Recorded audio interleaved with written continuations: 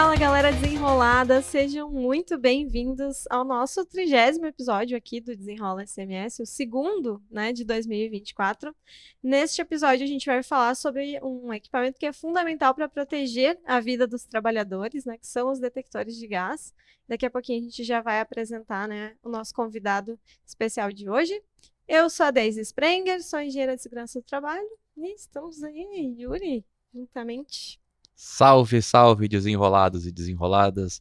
Sejam muito bem-vindos aí ao nosso 30º episódio, a nossa quinta temporada do Desenrola. Com muita satisfação e alegria que estamos aqui mais uma vez com vocês para trazer informação de qualidade e de forma gratuita para todos os nossos seguidores, aí para as pessoas que nos acompanham pelos diversos canais que hoje a gente está presente, né? Tanto aqui no YouTube, Spotify, os posts diários que a gente faz lá no Instagram, TikTok, LinkedIn também. A gente deu uma crescida legal lá nos últimos tempos, então é com grande satisfação que a gente consegue seguir nesse projeto aí, visando sempre trazer esse tipo de informação para vocês. Então sou Yuri Machado, engenheiro de segurança do trabalho, e em parceria com a Deise aqui, então, estamos no Desenrola SMS. E antes de nós iniciarmos o nosso episódio, né, falar um pouquinho aí dos nossos apoiadores aqui do projeto. Então temos aí a Crifer, a Luvex, a Marluvas, a AS, Gestão Jurídica Empresarial, a Proseg e parceiro novo hoje aqui com a gente, com muita satisfação e muito carinho a gente recebe, que é a Essência. E também temos a MetaSafety, que é a nossa empresa aqui da equipe do Desenrola SMS, ou a empresa aí de treinamentos em realidade virtual, que a Deise vai falar um pouquinho para vocês aí do que é esse nosso negócio. Isso aí, a gente oferece então treinamentos de segurança do trabalho, mais especificamente NR35 em realidade virtual. Então a gente tem a prática toda do treinamento sendo feito em realidade virtual. É uma tecnologia nova, mas que gera muito mais engajamento, muito mais interesse dos trabalhadores, e isso também resulta numa maior qualidade do aprendizado, né, daquele trabalhador lá na ponta. Então, além disso, a gente também oferece atividades para CIPAT, games, enfim, outras opções para tornar a CIPAT também mais divertida, né, gerar mais engajamento dos trabalhadores. Então, acessem lá www.metasafety.com.br. E para falar hoje, então, com a gente, né, Yuri, a gente tem aqui o Eduardo Elias, que é técnico de segurança do trabalho, especializado em espaços confinados e detecção de gases, atuando na área desde 2004. É formado em profissional coach pelo IDC e pela E-Humanas. Foi gestor técnico e comercial dos principais distribuidores e fabricantes do Brasil e consultor de algumas empresas de detecção de gases. E é diretor técnico da Essência, SHE, né, empresa especializada em detecção de gases que atua em todo o Brasil. É também o fundador e moderador do canal Gas Detection Brasil no YouTube. Já acessem lá para conhecer. Acredita no lema Segurança se aprende. Seu propósito é detectar gases para salvar vidas e faz isso diariamente com alegria e responsabilidade. Seja muito bem-vindo, Obrigado mesmo. E gostei bastante aqui do resumo, né? Porque é muita alegria a gente ver essa trajetória nossa, né? E aí a gente fica com aquela coisa de, nossa, já faz tanto tempo, né? São 20 anos esse ano, e tantas coisas que a gente faz, né? Que no dia a dia a gente não percebe. Então é motivo mesmo de alegria, mas como a gente falou aqui, né? Você disse com responsabilidade, porque a área de segurança, ela é uma área que realmente a gente tem que estar atento o tempo todo, mas a gente junta alegria com responsabilidade e passa essa mensagem adiante. Verdade. Legal. E é um lema importante, né? Salvar vidas, de fato, porque é isso que a gente consegue proporcionar através de um cuidado assertivo, do uso de um equipamento correto, de uso, sei lá, né, de um procedimento correto, e a gente vai falar também sobre tudo isso, quanto é importante aqui, né? Mas aí a gente está curioso para saber como é que tu chegou nessa área, como é que foi parar nessa área, né? Sim, eu não era da área, até porque esse outro lema, né, que é o lema da empresa, da Essência, segurança se aprende. Então ele era detectar gases para salvar vidas quando a empresa era só de detecção. Aí a gente também passou a atender mais outras linhas de produtos E aí, então, teve que trocar. Mas o porquê do segurança se aprende? Eu vim do financeiro e aprendi segurança. É Então, se eu mesmo? vim do Olha financeiro aí. e aprendi segurança, qualquer um pode aprender, né? Eu brinco assim. Que legal. Porque eu era do financeiro administrativo e um dia entrei num distribuidor de EPIs, na área financeira e administrativa. Então, eu trabalhava no faturamento, cuidava, né? Um distribuidor que tinha, inclusive, uma filial aqui também, em Porto Alegre. E aí, passei um ano e fui convidado para ir para a área na área técnica, para ser assistente técnico da linha de detecção de gases. Olha que Aí interessante. não olhei para trás e falei, eu vou. E aí são 20 anos esse ano, em julho. A gente está, inclusive, comemorando, né? Esse ano vai ser todo ele de comemoração a esses 20 anos em detecção de gases, mas de algo que eu rompi, né? Na verdade, eu realmente saí da zona de conforto e decidi aceitar ir para a área técnica e fui estudar e o resto é história. Que legal. Essa questão da detecção de gases é uma área que eu acho muito legal, assim, porque é muito comum, né, a gente ter profissionais da área de segurança que são muito visual, né, então Aham. que fazem aquela leitura quando chegam num determinado local, que conseguem enxergar um posicionamento, que conseguem enxergar um risco de acidente, que conseguem enxergar, mas a detecção de gases é algo que é um inimigo invisível, né? Exato. É algo que não tá ali, né? E a gente vê, assim, pessoas que já têm trajetória na área, que quando entra para essa área da detecção de gases, para Já avaliação de... pisa com mais cuidado, né? Opa, né? Nessa aqui eu não vou domina. domino, não vou com tanto, né? E aí acho que realmente, né? Essa questão do segurança se aprende e também da questão do salvar vidas com alegria, principalmente com a questão de responsabilidade. Né? Essa questão da detecção de gases se a gente parar para ver, fazendo uma análise assim mais profunda, ela vai contra os nossos 5 sentidos. Exatamente. Né? Porque o nosso, digamos, o natural do ser humano é toda a questão de estar numa situação de risco, a gente confia nos nossos sentidos, né? Sentidos, O que eu vejo, o que eu sinto, né? O olfato, o que eu toco, E a detecção de gases a gente não consegue fazer. Então, a importância dessa questão de noção de responsabilidade, né? Quando a gente precisa utilizar esses equipamentos, né? A gente percebe que às vezes o pessoal ou não pisa, que nem a gente falou, ou não dá a devida importância, né? Sim. E eu acho que isso passa muito por tu conhecer o processo, né? Exato. Tu saber que esses riscos existem. E até queria pedir, Edu, que tu comentasse um pouco assim, porque às vezes a galera também não conhece e não sabe onde se aplica isso, né? Porque a gente pensa logo em espaço confinado. Exato. Mas não é só espaço confinado também. Perfeito. Né? Então, se puder explanar um pouco pra gente, seria legal. O Will falou bem que a questão do risco invisível, eu sempre faço uma analogia com a eletricidade, né? Também, que é um outro grande risco invisível. Sim. Né? Então, que você não consegue, assim, a gente não precisa saber, não precisa colocar o dedo na tomada agora para saber que tem energia ali passando. Né? E a gente sabe aqui que tem não só um, que é o oxigênio, mais comum, mas como vários gases, só que a gente realmente não tá vendo. E a brincadeira que eu faço no meu treinamento é o seguinte, porque o pessoal, tem gás, eu falo, tem gás aqui? Tem. Quantos gases? Pelo menos um todo mundo sabe, o oxigênio. Mas por que vocês sabem que tem oxigênio? Vocês de repente fizeram assim, ó, nossa, tá um cheiro forte de oxigênio aqui, né? Não tem. Então, com esse primeiro exemplo, normalmente numa CIPAT ou num treinamento, eu já quebro o pessoal mais velho, que é eu sei aqui se tem gás pelo cheiro. Porque aí já vamos quebrar um primeiro tabu, que é, nem todos os gases têm cheiro, a grande maioria, inclusive, não tem. Então, esse é o problema, não confiar no seu olfato, Verdade. Porque quando tem, ainda assim, aí você tem outras complicações de acordo com a exposição, a gente vai falar aqui. Mas, então, o gás, né, que é esse risco invisível, se você não der essa devida importância, e aí, como que você sabe, como a Daisy falou, você precisa conhecer o seu ambiente industrial. E a norma de espaço confinado, por que se fala tanto em detecção de gases para espaço confinado? Por 2 motivos.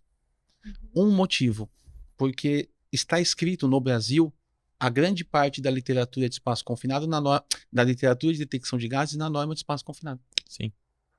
Entendeu? Então você não tem muitas literaturas fora da norma de espaço confinado, é uma referência. Mas tem um outro complicador. Onde tem gases, como a gente falou, não só em espaço confinado. Aqui, no ambiente aberto, lá na rua, né? Numa planta industrial, então a gente pega aqui a Petrobras, por exemplo, o polo petroquímico, então, ou as grandes siderúrgicas, que eu atendo muitas delas, que aí você tem gás, principalmente o CO, no ambiente aberto. Então, ele está no confinado e o gás está no ambiente aberto. qual que é o segundo motivo de se falar tanto de gás em espaço confinado? A dificuldade de dissipar o gás. Então o risco ele se potencializa, entende? Sim. Então, quando você tem um vazamento num ambiente aberto, existe uma ventilação natural muito maior. Não que ela seja suficiente, que é um outro tabu. A ventilação natural vai ser suficiente para, de repente, se tiver um vazamento de um tanque, de um caminhão. Não, nem sempre é. Nem sempre é. Que não é capaz de fazer o número de renovações necessárias para aquele Exato, ambiente. mas é mais fácil, né? Agora, num confinado, qual que é o problema? O trabalhador, normalmente, ele está envolto, como nós estamos aqui, numa atmosfera de gás, que não tem muito para onde sair. Então, potencializa o risco e as chances de escapar diminuem. É por isso que se fala tanto de detecção para espaço confinado. Perfeito. Entende? E acho que um pouco a gente acaba relacionando com a questão do oxigênio também, né? Da deficiência ou, né, enfim, do excesso de oxigênio que o equipamento traz, né, na medição. E é um risco, acho que, sei lá, um dos mais fáceis de se perceber no espaço confinado, né? O primeiro que a gente pensa, né? E é o que a norma mais comenta, assim, né? Que é deficiência ou enriquecimento de oxigênio. Isso. Aí depois vem inflamáveis, tóxicos, mas o oxigênio sempre é o primeiro.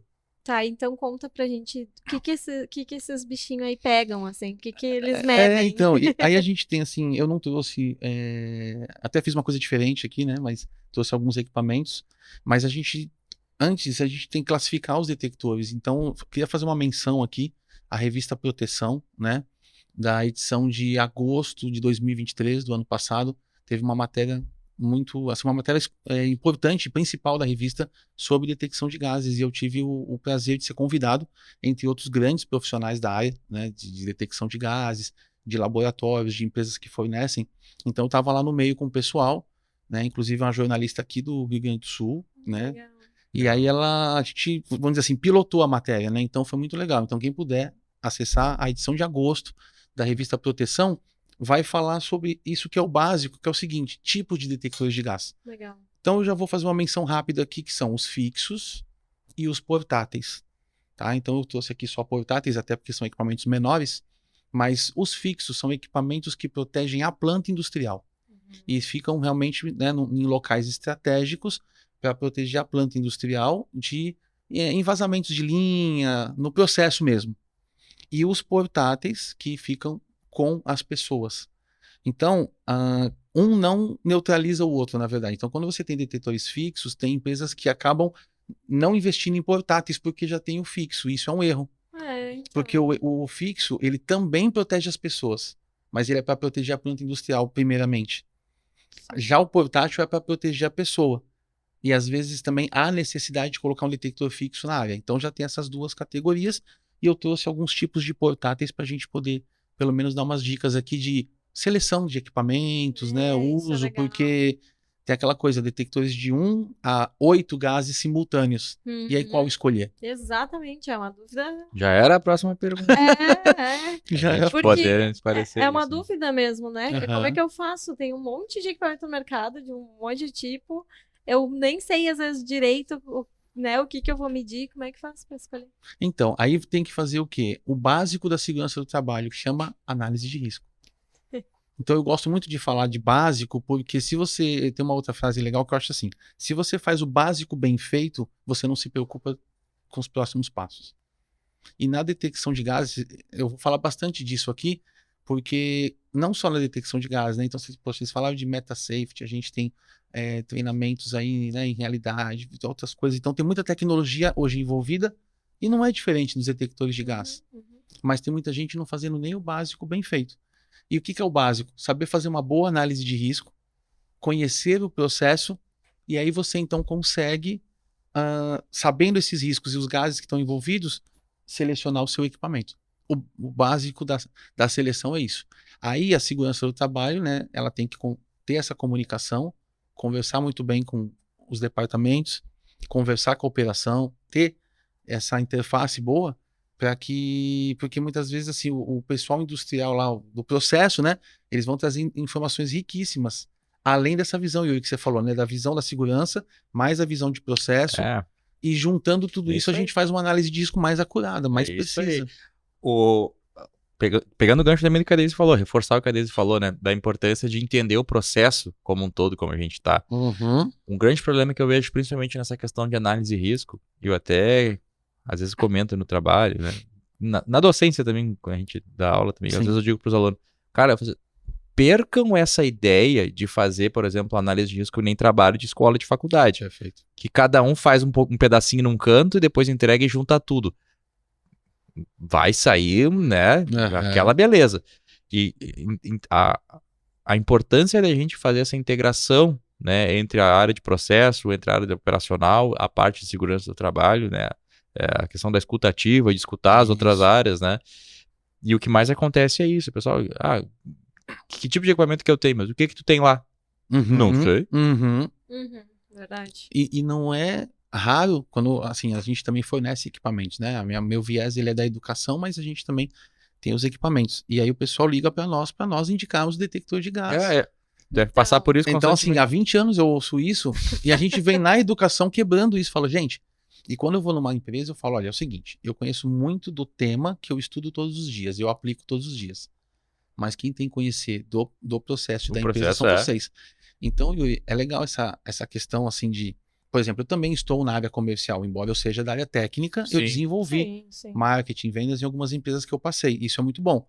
Mas o meu comercial, ele é mais atendimento ao cliente. Na verdade, ele é a experiência do cliente, que a gente chama lá na essência, é um departamento de experiência do cliente. Então, quando, por exemplo, nós passamos hoje num cliente aqui da região, aproveitamos para visitá-lo. A primeira meia hora é só ouvindo. Tem que ser, né? Então, assim, e eu chamo de alinhamento de expectativas. Então, eu não chego para oferecer nada. A gente chega para entender o cenário do cliente, isso em qualquer indústria do Brasil. A gente entende o cenário do cliente, a gente vê em que nível que ele está, e aí depois a gente conecta, né? A gente faz o rapport, e aí depois a gente conecta. Porque senão, assim, a gente estuda todo dia um tema. Por exemplo, nós somos especializados em detecção de gás. Então, a gente está no nível tal. Se a pessoa estiver nesse nível, não conecta. Então, é aquela coisa, se eu subir para um monte aqui, né? Então, por exemplo, eu vou à serra e eu tô tendo uma vista. E quem não tá lá na serra não tá tendo essa vista. Então, eu não consigo conversar falando da vista que eu tô vendo. Interessante essa analogia, né? Entende? Então, assim, a gente tem que trazer a pessoa para que ela enxergue o que a gente tá. E aí você precisa, então, identificar o nível que ela tá. É o que a gente faz na detecção de gases. Quando a gente fala de nível, né, deixar claro que não é numa situação pejorativa, mas é de conhecimento mesmo. E muitas vezes eu fico, nossa, muito feliz quando eu chego, o cliente dá aula do processo para nós. E ele tá lá, e ele conhece detalhes, e ele ensina pra gente. Aí a gente só entra com detalhes. E esse seria o melhor dos mundos, né? Ó, tem uma tecnologia nova, conhece esse equipamento novo, mas ele já sabe 95% daquilo ali, do que ele faz. Muito legal, muito legal. Tá, e aí vamos lá, né? Tá, mapeei meu processo, né? Fiz uma boa identificação de riscos. Como que eu escolho o equipamento daí? Ele tem sensores, né? Sim. Diferentes. Como tu disse, de 1 a 8? Ao 8, normalmente, isso. E aí, né? Boto tudo num equipamento só? É melhor ter em 2, 3 equipamentos? Excelente pergunta. Para quem não conhece, sensores são essas pecinhas aqui, ó. Deixa eu ver se eu consigo aqui, ó. Isso aqui é um sensor, tá? A gente fez questão de trazer, né? Então, esse sensor tem vários tipos, mas esses são os mais comuns. Esse aqui é de oxigênio, por exemplo. Então, são essas peças que captam o gás e eles transformam num sinal que vai para o display. Ok? E aí, os sensores, eles têm tipos de sensores de acordo com os perigos. Por exemplo, o oxigênio, né? Que é um asfixiante. Aí, para os tóxicos, você tem uma outra tecnologia. Para o inflamável, você tem algumas outras tecnologias. Então, você vai ter que conhecer também. Aí sim entra a consultoria de quem vende para poder ajudar nisso. Então, você fala, olha, eu tenho esses gases aqui, por exemplo. Vamos pegar, eu tenho amônia. A gente tem frigoríficos. Então, eu tenho amônia. Ok. Então, você tem amônia. Você tem um espaço confinado. Pela norma de espaços confinados, a gente atende os 4 perigos atmosféricos mais comuns. Sim. Oxigênio, inflamáveis, monóxido de carbono, que é o CO, e o H2S. Até as pessoas falam assim, né? Mas eu não posso atender só 2 desses em espaço confinado? A norma, e porque isso é mundial, né? Ela indica que sejam esses 4 perigos atmosféricos, porque são os mais comuns. Então, a gente vai seguir nessa linha. Se o seu espaço confinado também tiver o perigo de amônia, usando já esse exemplo deles, então assim, e aí, compro esse cara aqui que é um 5 gases, tá? Ele faz 5 até 6 gases, ou eu compro um pequenininho e mais um 4 gases. Aí nós vamos ter que entender a aplicação e custo. Aí a empresa Certo. vai por aplicação. É tranquilo para ela trabalhar com 2 equipamentos? E qual que é o custo disso, né? Se você colocar todos os sensores num equipamento, se um desses caras der problema dos sensores, que os Inativa o gases equipamento. diferentes dos 4 gases, eles dão problema normalmente primeiro, né? Não são Uhum. sempre exóticos, mas são gases mais complicados. Então eu paro o meu 4 gases de espaço confinado por causa de um sensor, É entende? verdade. E me corrija se eu Aham. estiver errado. Eu já tive algumas experiências fazendo trabalhos em planta com amônia e o sensor, quando o pessoal fazia a exposição dele a um nível muito alto, ele já dava problema, assim, às vezes. Sim, sim. Isso É, O pessoal, acontece até muito, desconhecimento do Uhum. processo, né? E aí acabava usando lá e era um equipamento que tinha aí, realmente. Usaram, sei lá, minutos.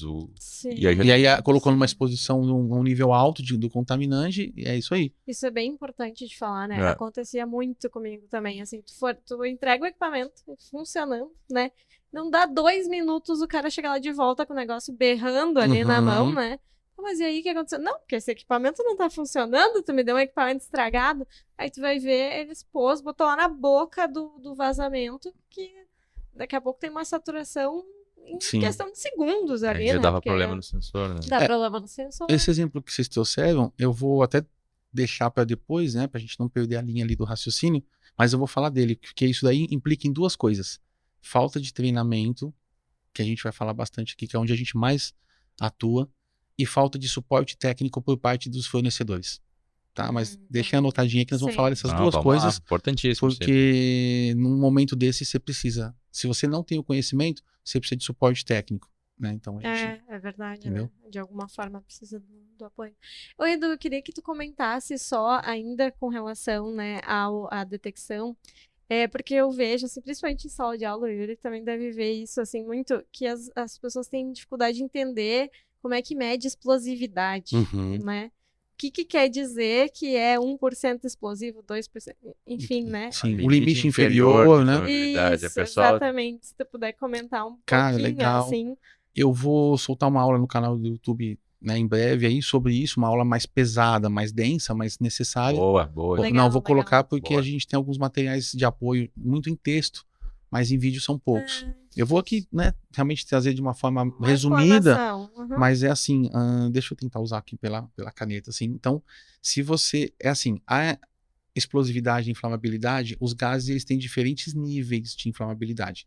Então, para falar numa linguagem mais tranquila, tem gases que eles vão inflamar, eles vão ou poder explodir mais rápido e outros mais devagar, vamos dizer assim, né? Pela quantidade que se tem daquele gás.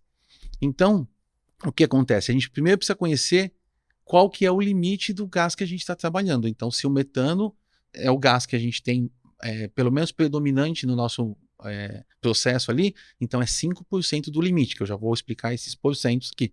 Se a gente tem propano, por exemplo, é 2,1. Então, nós estamos falando de, vamos lá, 5. 2,5 seria a metade, 2,1 já é menos da metade. Uhum. Se a gente falar de butano, por exemplo, de pentano, nós estamos falando de 1,2, que já é menos da metade e muito longe do 5. O que tudo isso representa? É assim, um detector de gases, esses 4 gases normais que a gente falou aqui, eles vão medir a explosividade, que é um outro tabu também, é importante saber, não de um gás-alvo, não de um gás Isso é específico. verdade. Eles vão medir o limite de explosividade da mistura de gases que tiver lá. Claro que se você tiver só um, ótimo, você conhece o processo, sabe que aquele Beleza, né? aí você tem 1 para 1. Uhum. Mas normalmente não é o que acontece na empresa. Sim. Então, ele vai medir um limite de inflamabilidade. Então, ele vai medir de 0 no display dele a 100%. Quando chegar em 100%, na teoria, é onde começa o perigo de inflamar ou explodir o local.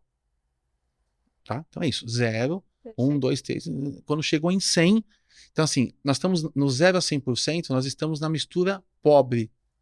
Que é o limite inferior. Limite de inferior. explosividade. Inferior antes de explodir. Uhum. Muito oxigênio, pouco inflamável. Uhum. Não explode.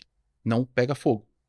Quando você entra, passou do 100%, você entra na mistura ideal. equilibrado oxigênio com inflamável. Uma centelha, uma faísca, uma fonte de ignição vai provocar um problema. E se continuar vazando e passar do limite ideal, nós vamos para o limite superior. O LSE, limite superior de explosividade. Aí, muito gás inflamável, pouquíssimo oxigênio. Também não explode. Então, assim, essa é a explicação mais resumida. Não, legal. Eu acho que Perfeito. ficou uma forma bem lúdica, assim, de a gente conseguir tentar trabalhar o assunto, porque realmente o pessoal tem muita dificuldade Sim. de entender isso, né? Que É, é o 100% que não é o 100%, que eles tentam, Exato. eles entendem aquilo como um todo, né? E a gente tentar explicar para eles, fragmentando, assim, acho que ficou Melhor, mais né? claro. Depois, quando a gente entrar no assunto de calibração, a gente vai fatalmente ter que falar sobre isso. Aí eu dou mais uma explicação que envolve isso também, porque tem a ver com calibração.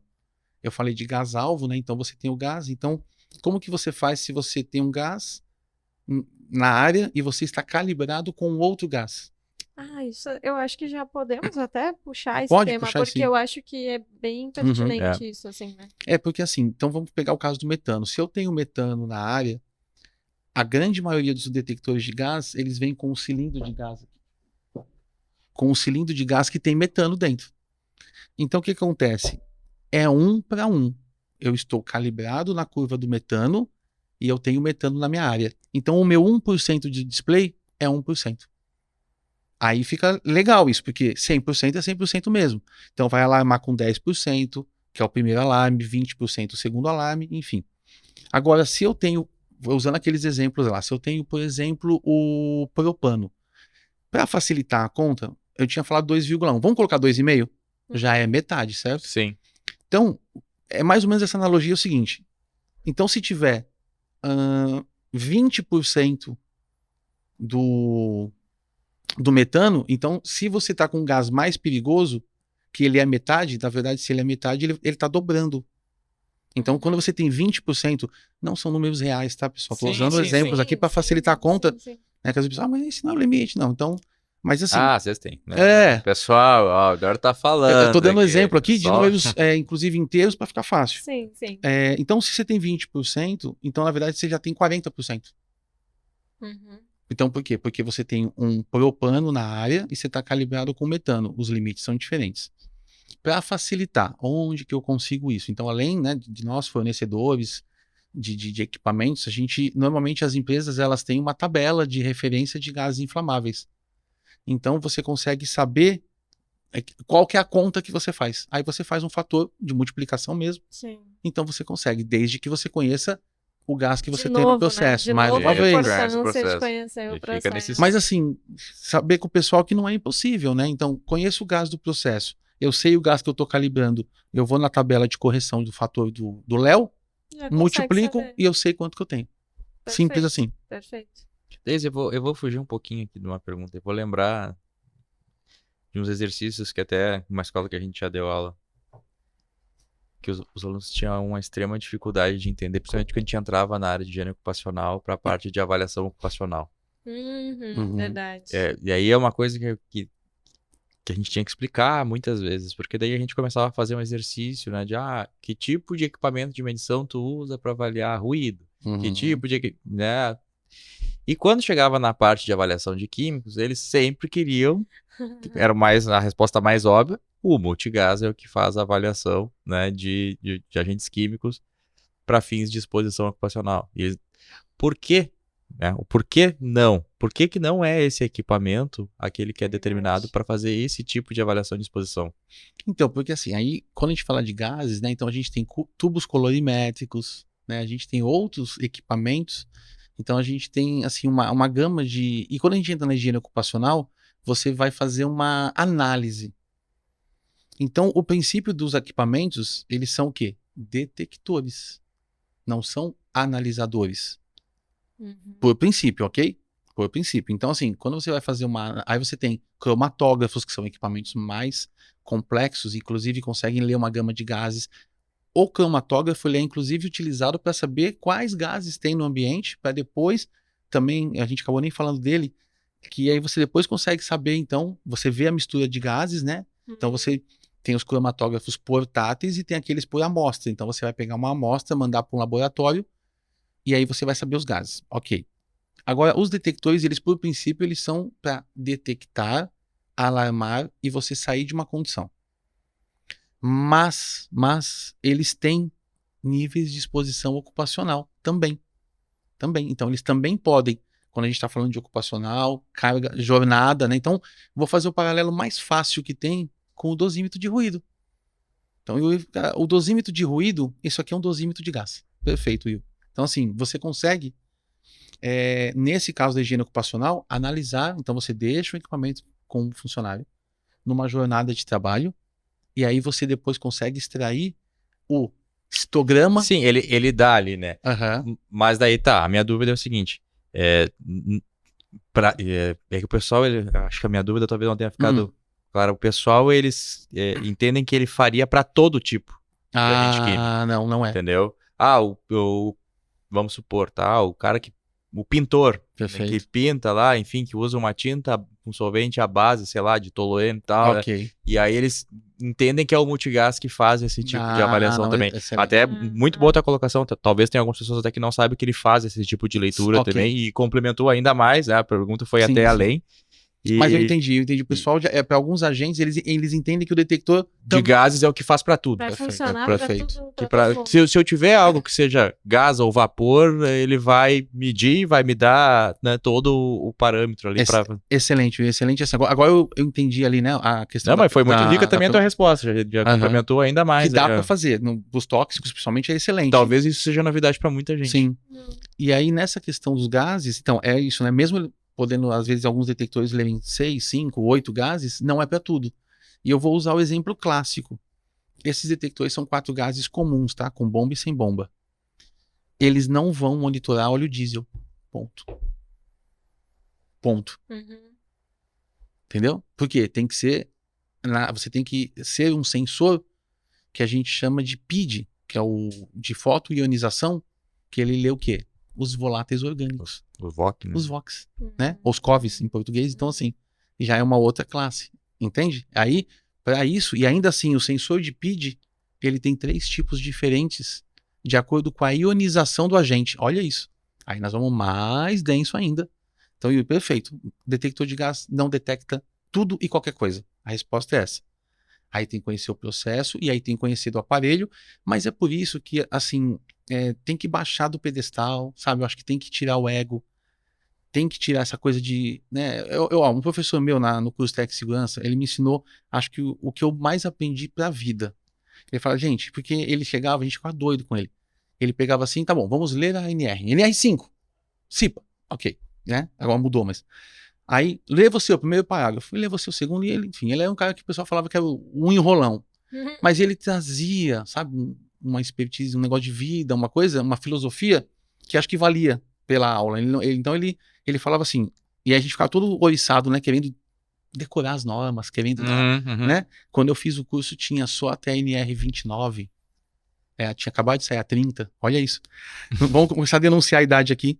A NR33 ia ser a 31. Se você ainda pesquisar na internet, você vai achar a NR31 de espaço confinado, que ia ser a 31, acabou demorando. Bom, e ele falava assim, não tenham... Aí uma vez ele viu que a gente estava todo oriçado, querendo saber as normas de cor e tal. Ele falou, gente, vergonha não é não saber. Vergonha é não saber a quem recorrer. E eu nunca mais esqueci disso. Então, Não assim... precisa saber tudo, só precisa saber quem procurar. É isso aí. Então, assim, eu, por exemplo, lógico, hoje menos, né? Mas muitos temas do dia a dia eu aciono os fabricantes, Claro, né? Que eu trabalho com multimarcas e mesmo quando eu era mais específico de uma marca no Brasil, eu era gerente dessa marca no Brasil, qualquer dúvida que fugia da minha alçada no cliente, só um pouquinho. Aí eu mandava um e-mail, às vezes fazia um telefonema. Então hoje, né, a gente tem equipamentos aqui da Coreia do Sul, tem dos Estados Unidos, tem da Europa, e a gente tem livre acesso ao pessoal lá de fora, da fábrica, e quando foge também alguma coisa, a gente recorre a eles para que eles nos ensinem. Então eu repasso isso para o pessoal que está no campo, com tranquilidade, né? A gente não... E deixar aquela coisa, ninguém está querendo vender detector, só liga para tirar uma dúvida e a gente vai ficar feliz de ajudar. Se você vai comprar aparelho, aí é outros 500. Sim. Mas muitas vezes as pessoas estão ou perdidas por não saber quem procurar, ou o seu ego não deixa. E aí também é perigoso. E aí a gente volta lá para nossa apresentação aqui do responsabilidade, né? Salvar vidas com responsabilidade, né? eu preciso descer muitas vezes do pedestal, né? E Sim. reconhecer a minha limitação, e todo mundo tem, E né? tá tudo bem, né? Ninguém- Volta e meia aqui, inclusive aqui nesse espaço, né? Por mais que nós também sejamos da área de segurança, a gente não sabia disso. É isso aí. Desconhecia isso, pessoal. Estamos aprendendo junto, né? Algumas coisas aqui. Uhum. E bem colocado isso. Vou fugir mais um pouquinho daí, só mais uma aqui. Sim, fora eu também quero. Não, peraí, agora é isso. Quero nesse Cai fora. contexto aí. Tá, então pergunta tu, já perguntei uma Vai fora. lá, vai lá. Tá bom. Às vezes a gente vê alguns, voltando para a questão de espaço confinado, né? Principalmente silos, Perfeito. né? Que às vezes a gente tem alguns, tem a questão da explosividade em silos, muito por causa da poeira, Perfeito. né? E E aí, tá acontecendo recentemente. já aconteceu recentemente em Uhum. alguns casos, né? Uhum. E alguns alunos já me perguntaram, mas professor, se usar multigás lá nessa questão, por que não aparece ou aparece? E eu queria que tu esclarecesse isso pra gente com relação à detecção de poeira em silos. Excelente pergunta. Então, nós, assim, né, eu atuo pela Essência, que é a nossa empresa, e eu tenho, o ano passado, a gente fez uma parceria com uma outra empresa, né, que é a Inessense, que é uma empresa especializada também em detecção de gases, e nós juntamos portfólios para atender poeira, porque eles são especializados em poeira. Legal. Então, o que acontece? A detecção de poeira não é realmente detectada por esses tipos de aparelho, os multigases convencionais. E eu tenho um vídeo no canal, no Gas Detection Brasil, quem puder ir lá ver, curtinho. No dia que aconteceu o acidente em Palotina, eu fiz esse vídeo ali, né? No dia, porque... Não, minto, no dia seguinte. Choveu meu WhatsApp de dúvidas nesse sentido e de, cara, me ajuda, e aí? Meu detector, minha diretoria tá me pressionando, entendeu, Yuri? Então, assim, aí eu fiz um vídeo curtinho para falar, pessoal, pelo menos assim, para... Não sei se eu tranquilizei, mas assim, não, detector de gás convencional não detecta poeira. E aí nós começamos a fazer alguns projetos, principalmente do ano passado para cá, de detecção de poeira, que são outros detectores, normalmente não são portáteis, são fixos. É muita variável em poeira, mais do que gases. A poeira ela chega a ser, a ser mais complexa as variáveis do que os gases, porque aí você entra na granulometria, aí você entra no arraste, aí você entra, entendeu, em várias questões. Então, o que a gente, assim, de forma geral, então, detector de gás convencional, multigás, resposta pronta, não atende. funciona. O que eu preciso? A gente fornece um serviço, junto com a Inessense, de site survey, né? Então, nós vamos fazer uma pesquisa de campo, que a gente vem fazendo, então, todo mês aí, em pelo menos 2 clientes. Aí nós vamos em campo, a gente levanta todo o local ali onde tem os silos, faz uma análise preliminar, aí, porque realmente, assim, aí essa análise, o pessoal da empresa não tem como fazer. Sim. Não tem conhecimento para isso, é muito específico. E aí o fabricante ele capacita bastante a gente nisso. Eu estou aprendendo mais agora também. Aí traz e aí monta um projeto de detecção de poeira. Então, só para entender que detecção de poeira, detecção de gás também é projeto. Ok? Sim. Mas na menor, a menor parte da detecção de gases são projetos. Em poeira, é tudo projeto. Para entender já a dimensão da coisa. Sim. E multigases comuns não fazem, e detectores portáteis até existe, mas não cumprem a função. Então, o que acontece? Aí, nesse caso, os fixos, diferente dos gases que eu falei, né, que o fixo está para proteger a planta industrial, esse fixo de poeira, ele consegue fazer as duas coisas. Ele consegue proteger a planta industrial, e aí ele consegue, os trabalhadores que estão ali, ele consegue controlar a exposição à poeira. Ótimo. Ocupacional. Legal. Tá, Vai, Daisy, vai. Não, minha pergunta Eu não falo mais nada, é bem prometo. curtinha, é só porque antes na tua explicação, tu comentaste que um é com bomba e outro sem, né? E aí só pra comentar, né, pra galera qual que é a diferença. E é legal o negócio da bomba, né? Porque fala assim, pessoal, é detector, mas não podia explodir, você já vem com essa bomba? Pô, Então, mas já, né? você já traz a bomba, então assim, mas brincadeira à parte, pessoal, é assim, ó, os detectores de gases, então, ainda naquela coisa que a gente falou da revista Proteção, dos tipos de detectores. Tá aqui. Bacana. Então lá a gente fala sobre a seleção, e na seleção é o seguinte, o que é um detector com bomba? Ele tem uma bomba normalmente interna, ele já é construído aqui internamente, um motorzinho, né? Como se fosse uma bomba de amostragem de poeira mesmo. Então você coloca uma sonda, e aí essa sonda você coloca num local confinado, onde você, por norma, tem que medir antes de entrar. Posso acessar? Não sei. Então não vou pagar para ver. Eu coloco uma sonda, o detector com essa bomba, com esse motorzinho, puxa, e me fala na tela se eu posso ou não acessar.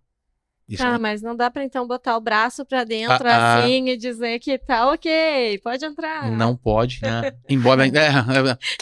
boa. Isso aí. Não pode e não pode também... o pessoal costuma colocar muito, né? Coloca a cordinha no Ah, é detector. verdade. Essa também é boa. O que a gente recebe lá na empresa de detector para consertar, que vem com cordinha amarrada, vocês não têm. A gente sempre tira foto, sabe, assim, para mandar para a empresa mesmo um relatório técnico e falar, gente, isso aqui não pode. Então, mas eu vou explicar por que não pode, Até né? pra orientar, porque às vezes a pessoa nem sabe É que desconhecimento, não pode, Sim, né? sim. É. E a grande maioria não sabe. E uma coisa que eu aprendi com meu filho, assim, cara, porque para ele, eu não posso falar assim, por que não? E eu trouxe isso para segurança do trabalho, né? Eu acho que isso é Sim. legal, assim, não é por que não e por que sim. Existe e principalmente na nossa área, uma explicação técnica para a coisa. Sim. Sim. Então, tecnicamente, vamos lá. Se você coloca a sonda, primeiro, outro mito, vamos derrubar mitos aqui à vontade. Eu vou medir o espaço confinado embaixo. Vamos imaginar um espaço confinado vertical, ok? Para facilitar. Embaixo, no meio e em cima. Não é uma prática comum? Uhum. Onde está escrito? Onde está escrito? Lugar nenhum. Entende? Mas tudo bem. Por que se veio disso? Porque os gases têm pesos diferentes, densidades diferentes. Uhum. Então tem gases que ficam mais em cima, tem gases que ficam mais embaixo. Faz sentido. Ok. Uhum. Mas o que é o correto? Já para chegar na cordinha. O que é o correto quando você usa a sonda? Você pegar todo o local confinado e percorrê-lo inteiro. De ponta a ponta. Vertical, ok? Uhum. Tá. Aí a gente vai para uma limitação. O pessoal tem que ler, eu trouxe um negócio, algo da idade média. Meu Deus, o que é isso? Isso é um manual de instruções. Olha, mas alguém lê isso aí? Existe isso Então, mesmo. por isso que a provocação é essa. Cara, isso aqui é rico. Isso aqui é rico, rico, rico. E eu acho que 80% do que eu aprendi tá no manual e depois é o campo, né? Então, é comum, claro, a gente ajuda, nós somos facilitadores, né? Mas assim, a bomba, ela tem naturalmente limitação de distância, que aí ela perde carga, ela não consegue puxar, tá? Então eu vou dar uma linha geral mais uma vez aqui, e eu peço para que quem tem detector de gás está nos ouvindo, vá no seu manual e lá vai falar até quantos metros a sonda pode ser usada, que já é outra pergunta. Em média, de 20 a 30 metros, tá bom? Média. Então uma marca é 22, a outra é 26, a outra é 30, tá bom? Então, posso usar, mas assim, 30 metros também é metro pra caramba, né? Pô, 30 metros. Né? Vamos imaginar. Só que aí o que acontece?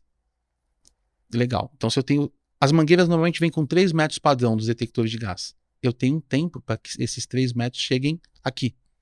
E se eu estou usando 15 metros, eu tenho um outro tempo para a amostra chegar.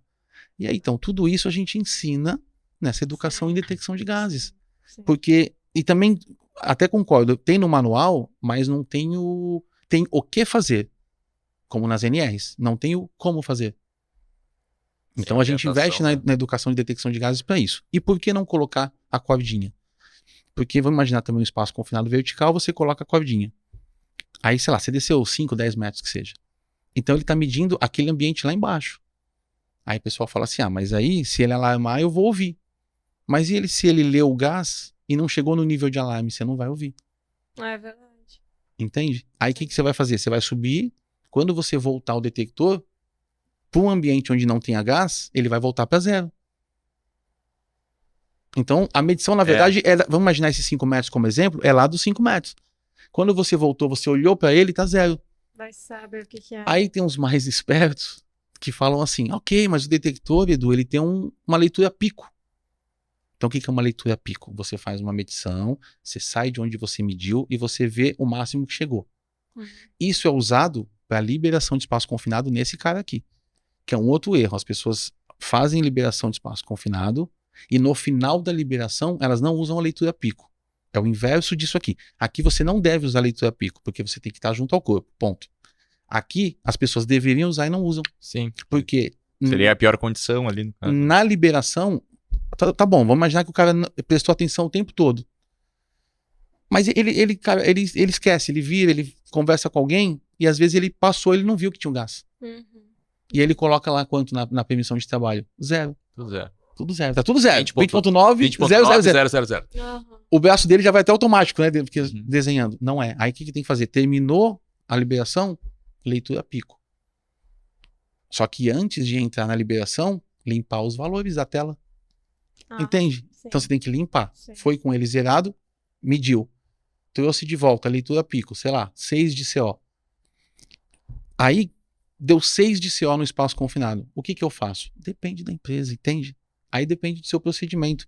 6 de CO para uma empresa é diferente de 6 de CO. Sim. 2 Sim, de amônia sim. para uma empresa. Então o pessoal tem muito o zero inflamável para liberar trabalho quente. Natural, tem empresa tá? que tem, Natural. Uhum. Mas assim também tem que se estudar o processo. Eu já vi empresas que Aham. toleravam um pouco mais esse percentual. Porque, assim, e outra, aí eu vou entrar numa outra questão que a gente não vai a fundo, mas o inflamável, por exemplo, todos os sensores, eles não devem, mas naturalmente eles oscilam, Sim, sim. ok? Internamente. Então, assim, essa coisa do zero, Léo, é muito complicado.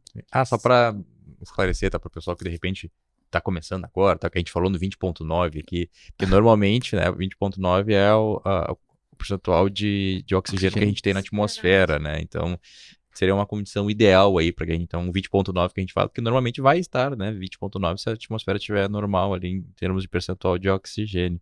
Sim. Uma pergunta, mais uma perguntinha, hoje eu tô muito perguntador, né, Tu falaste ali do aparelho, que ele tem uma bomba, que tem a sonda, e aí eu não conheço bem o meu aparelho, o meu aparelho não, perdão, o meu equipamento. Uhum. Primeira vez que eu vou avaliar aquele equipamento, não conheço bem o equipamento. E eu coloco a sonda e tenho água lá embaixo. O que pode Eu acontecer? pensei nisso na hora que tava falando Te ganhei. pra Né? perguntar. O que pode acontecer? Ou como é que se procede nesse Isso caso? é muito comum, assim, né? Muito comum. Não, excelente pergunta. Então, assim, ó, vou pegar esse caso aqui que tá mais fácil. Aqui, nós temos um filtro.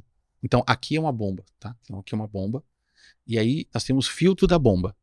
Para quê? Já para ajudar nessa questão de reter tanto particulado quanto água, ok? Então, tem um filtro. O próprio sensor tem um filtro também. E, normalmente, quando você coloca a mangueira, existe uma chamada ponta de prova. É uma ponta de prova, normalmente 30 centímetros de acrílico. E aí, você também tem filtros lá contra água e poeira, né? Tem o hidrofóbico, que é o de água, que ele parece um disquinho, assim, um disquinho voador. E tem um que parece um filtrinho como se fosse de cigarro, assim, né?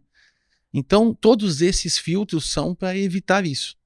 Então, existem filtros. Existem, né? Existem. Existe esse recurso. Existe. Mas Não, não sim. usem de preferência, assim, né? Não coloquem mas eu a sonda até na aqui, água. Eu já vi Por exemplo, usar 100, né? Obviamente, já vi dar problema o pessoal usar 100. Sim. Ou às vezes por desconhecimento, por saber que existe esse tipo de recurso e simplesmente não usar. Sim. não saber. Sem brincadeira, 98% dos clientes não trocam os seus filtros do detector com bomba. E a grande causa de a manutenção ficar mais cara é por isso que eu trouxe. Aqui, ó, esses filtrinhos que você vai pagar, né? Assim, tudo bem, são importados, não é tão barato quanto se fosse no mercado nacional, Sim. mas comparado, então, a bomba muitas vezes trava, descalibra e dá problema, porque isso aqui chega deplorável, Sim. se não de água, de poeira. Sim. Então, e outra coisa, só que acontece, né, gente? É o que eu falei do básico bem feito, e eu acho que assim, ó, o estado da arte da inovação é a simplicidade. Então eu prezo muito pela simplicidade, sabe? De você explicar de forma simples, porque assim, ó, eu tô ensinando meu filho nisso aqui, e eu testo com ele. Quando eu vou fazer uma palestra, alguma coisa, eu explico primeiro para ele. Enquanto ele não entendeu, eu não vou falar. Porque se ele, né, desde que eu faço isso com ele desde uns 6, 7 anos. Coitado. Não, sério, cara, porque assim. Ele já vai, Já vai chegar formado. Uma vez eu ouvi que se uma Tá criança, doutrinando. se uma criança de tá 7 preparando anos. a sucessão, agora entendi. Se uma criança de 7 anos não conseguir falar o que você faz de uma forma simples, você tá complicando muito. Sabe? E é verdade mesmo. Então. Que interessante, né? Eu não lembro de quem falou, tá? Depois pesquisei aí na internet, alguém falou isso. Fala-se muito em vendas. Então, assim, se você não souber falar o que você vende, né? Uma criança de 7 anos não souber explicar o que você vende, assim, de forma simples, é porque a sua mensagem não tá clara. Então, eu trago isso muito para a segurança do trabalho. Boa, cara. Legal. Sabe? Porque a gente não pode complicar. Mas por que eu tô fazendo esse apelo aqui? Porque o mercado da detecção de gases, ele tá mal acostumado, como alguns outros também na segurança, do ego e de eu tenho conhecimento. E vocês meros mortais, né? Então, assim, eu sou totalmente contra isso, sabe? Então, por exemplo, para exemplificar. Pessoal, não, porque pelo amor de Deus você não pode trocar esses filtros, porque, realmente, os filtros internos de um detector de gás não podem. Um detector de gás, você não pode abri-lo numa área. Ele é um equipamento intrinsecamente seguro. Não vai gerar ali aquela energia, aquela faísca que a gente comentou no ambiente de uma área classificada, inflamável, enfim. Então, sempre, filtros internos, nunca se abre um detector de gás que não seja no laboratório, ok? Estamos combinados sobre isso. E aí o pessoal não troca o filtro externo, que poderia. Porque o pessoal da detecção de gás, aí muitos fornecedores colocam medo. Não, tem que mandar para o meu laboratório que aqui eu vou. Então, onde que eu vou? Eu vou e falo o seguinte, se fala muito feminino, né, de empoderamento e tal. Cara, o meu lance é empoderar pessoas em detecção de gases. Quanto mais o cliente souber, a pessoa souber, para mim melhor. Sim. Então, talvez uma desconstrução, mas, cara, então assim, então a gente chega... Talvez seja muito do teu mesmo, que é salvar a vida com responsabilidade, né? Cara, então assim, a gente o conhecimento pode salvar a vida. Sim, né? Então hoje a gente chega assim numa empresa e faz... A empresa tem um detector de gás, ela não tem um cilindro que é obrigatório na norma para testar. Aí já vem a outra pergunta, eu posso assoprar o detector de gás para testar? Maravilha. Não posso. É uma pergunta, né? E o óbvio precisa ser dito. E o óbvio precisa ser isso aí. Então não posso assoprar. Eu posso colocar gás de isqueiro aqui, ó, para testar? Tô falando coisas... O gás de isqueiro faz aquilo que você falou, ele vai dar uma overdose, um overhand, um overload no sensor, e ele vai passar do limite. Sim. E vai estourar, a verdade é essa. E isso era uma outra pergunta até que a gente queria, né, trazer aqui, que as pessoas confundem calibração e aferição, e inclusive qual a frequência dessa aferição que é feita com o cilindro na empresa, né, com o adaptadorzinho ali e tudo mais. Perfeito. Podemos falar disso então agora? Vamos lá. Já estamos batendo muita pergunta, né? Eu queria fazer uma série, por favor, um pouquinho mais de água. Então, assim, de forma também prática, a norma, quando a gente fala da norma, vamos falar de duas aqui, tá? Todo mundo conhece o quê? NR33. A NR33 ela é uma ótima referência, mas não é única. E quando ela entrou em 2006, ela ela jogou um farol na cara de todo mundo. Então, ao invés de ela ser uma lanterna, ela cegou todo mundo. Porque veio e falou assim, ninguém fazia nada, e veio e falou assim, cumpra-se. Então, não foi. Não só em detecção de gás, a alarma de espaço confinado, a gente fala de altura, fala de resgate, fala de uma série de coisas. Então... Ela deu pitaco em outras áreas. Assim. Inclusive, aí que acontece? Bagunçou. Então, só fazendo um breve histórico, antes da NR33 existiam duas NBRs que a gente seguia para espaço confinado. NBR 14606, que é espaço confinado em tanques. E NBR 14787, que era a NBR de espaço confinado, que foi cuidadosamente feita, né, e tudo, mas enfim, era o que tinha. Aí veio a NR33, e a NR33 ela veio, bacana, era necessária, e ela falou, cara, o que vocês não acharem aqui, vai na NBR 14787. Aí ficou sujo com mal lavado. Com todo respeito aos estudiosos da norma, ó, eu não faço parte do comitê da NR33, mas acompanho desde a criação dela. Eu tô falando no sentido de, assim, precisa de mais riqueza de detalhes, entende? Tá, e aí isso confundiu muitas pessoas. Isso confundiu. Então, essa NBR 14787, em 2015, ela saiu do ar. Então, nós passamos 9 anos, de 2006 a 2015, com as pessoas indo na NR33 e na NBR 14787. Só que a 14787 também confundia. Aí ela saiu em 2015, passaram-se 2 anos de estudo e veio a NBR, que é legal todo mundo anotar, 16577. NBR 16577. Não tem como falar em detecção de gases só olhando NR33. Tem que olhar NBR 16577. Lá tem um manual da vida da detecção de gases. Ponto. Então ali, cara, você consegue aprender bump test, calibração, porque a NR33 fala assim, testa o seu equipamento antes do uso. A primeira redação da NR33, 2006, veio assim, testar o equipamento antes do uso. Então, se eu assoprasse, estava valendo. Se eu colocasse o gás de isqueiro, estava valendo. Porque norma, o que ela é? Interpretação e proficiência.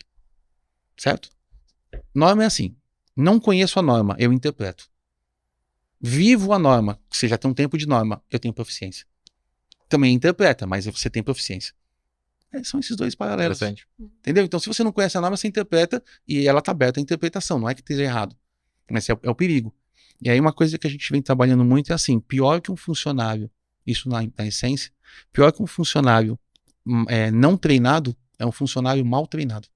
É, né? É mais Sim, perigoso. que daí dá uma falsa segurança, né? É isso aí. Ele sabe o que tá fazendo, o cara não faz ideia. Né? E aí, a empresa compra um cilindro desse, ainda no tópico dos testes, e não sabe o que fazer. Bom, mas assim, na verdade, a gente faz o seguinte, eu desde que eu entrei em detecção de gases em 2004, eu vendo e faço entrega técnica. Tá? Isso é nosso. A gente obriga o cliente a fazer entrega técnica. E a questão do online que veio com a pandemia nos favoreceu demais. Sim. Por custo e porque as empresas não queriam pagar seus funcionários. Então hoje a gente continua fazendo as entregas técnicas, por quê? Ó, você precisa de um cilindro. Ok, aí a gente consegue convencer e vende o cilindro. A gente monitora o dia que chega o cilindro lá, a gente faz a entrega técnica. Isso se não for presencial. Por quê? Porque a norma fala de fazer alto zero, bump test, que é o teste de resposta, e calibração. Vamos esclarecer aqui para não estourar o tempo. Alto zero é o seguinte, você tem que colocar esse equipamento numa área com oxigênio 20.9 e livre de contaminantes. E fazer um procedimento no botão que ele zera, vamos usar um termo que o pessoal usa, reseta o aparelho. Mas o que ele faz, na verdade? Ele cria uma linha de referência. Esse texto está na NBR 16577. Ele cria uma linha de referência. Pouca gente sabe que o detector, para funcionar, ele trabalha com variáveis. Eu não falei de variáveis? Uhum. Ele trabalha com temperatura, pressão e umidade, além do gás. Então a temperatura influencia diretamente na detecção. A pressão e a umidade também. Ok? Então o que ele faz? Vamos lá, eu vim de São Paulo. Eu trouxe um detector calibrado lá, ajustado lá. E eu fiz esse alto zero lá, onde eu trabalhei com o detector. Aí eu vim trabalhar no polo aqui. Antes de trabalhar, eu tenho que referenciar com o ambiente daqui. Temperatura, pressão, umidade e gases. Pouca gente sabe disso, está na norma. Para o detector criar essa linha de referência e não ter desvio de leitura. Chama alto zero. Gasta gás? Só o do oxigênio do ambiente, que é infinito. E é super fácil de fazer, super muito fácil. rápido, né? Então, é isso. Alto zero está na norma. Primeiro procedimento. Quando? Antes de cada trabalho. Então, vou fazer, sei lá, 3 trabalhos hoje, antes de ir para o primeiro, alto zero. Sair do primeiro antes de ir para o segundo, alto zero. Sair do segundo antes de ir para o terceiro, alto zero. Bump test, uma vez por dia. No dia que eu for usar o detector.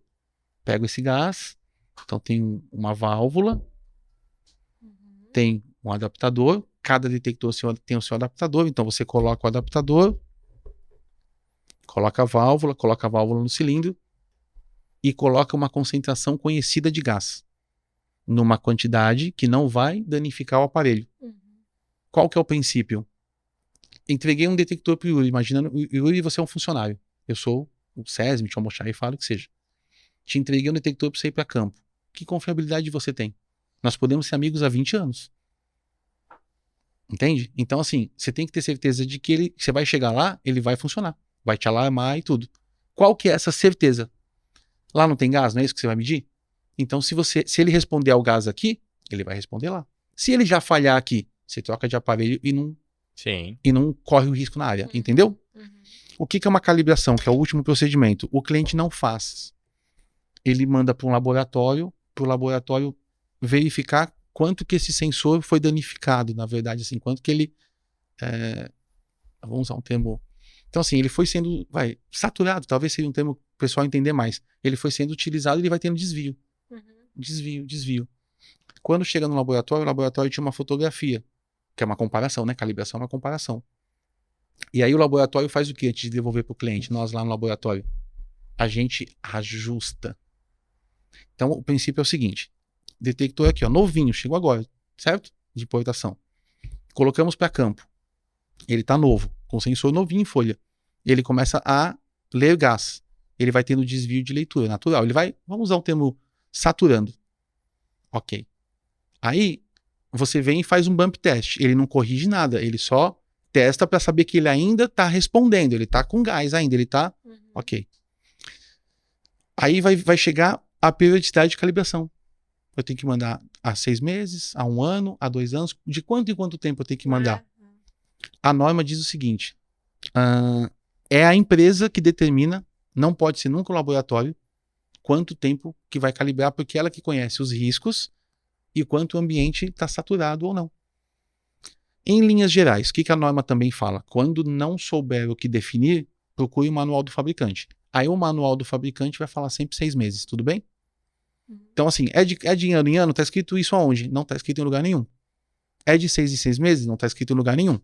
Está escrito que a empresa determina. E na falta de conhecimento técnico para determinar, segue o manual do fabricante, que é 6 meses. Fechou? Qual que é o perigo de deixar a cada 1 ano? Se você não faz preventiva no detector de gás e você manda para o laboratório a cada 1 ano, a chance de seu detector todo ano ter que trocar sensor são gigantes. Sim. E é o que acontece. As empresas falam, detector de gás é caro.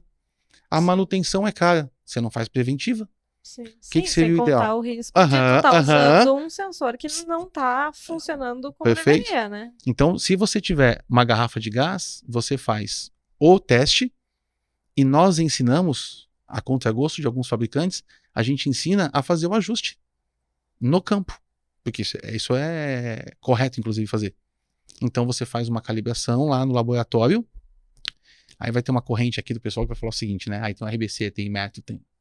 Aí tem a outra pergunta. Se eu faço uma calibração no laboratório, que ele tirou uma foto, né? Ele fez a calibração, ele ajustou e eu mando para campo. Se eu fizer essa calibração, que é o ajuste em campo, eu perdi a do laboratório? E aí? Sabe qual que é a resposta?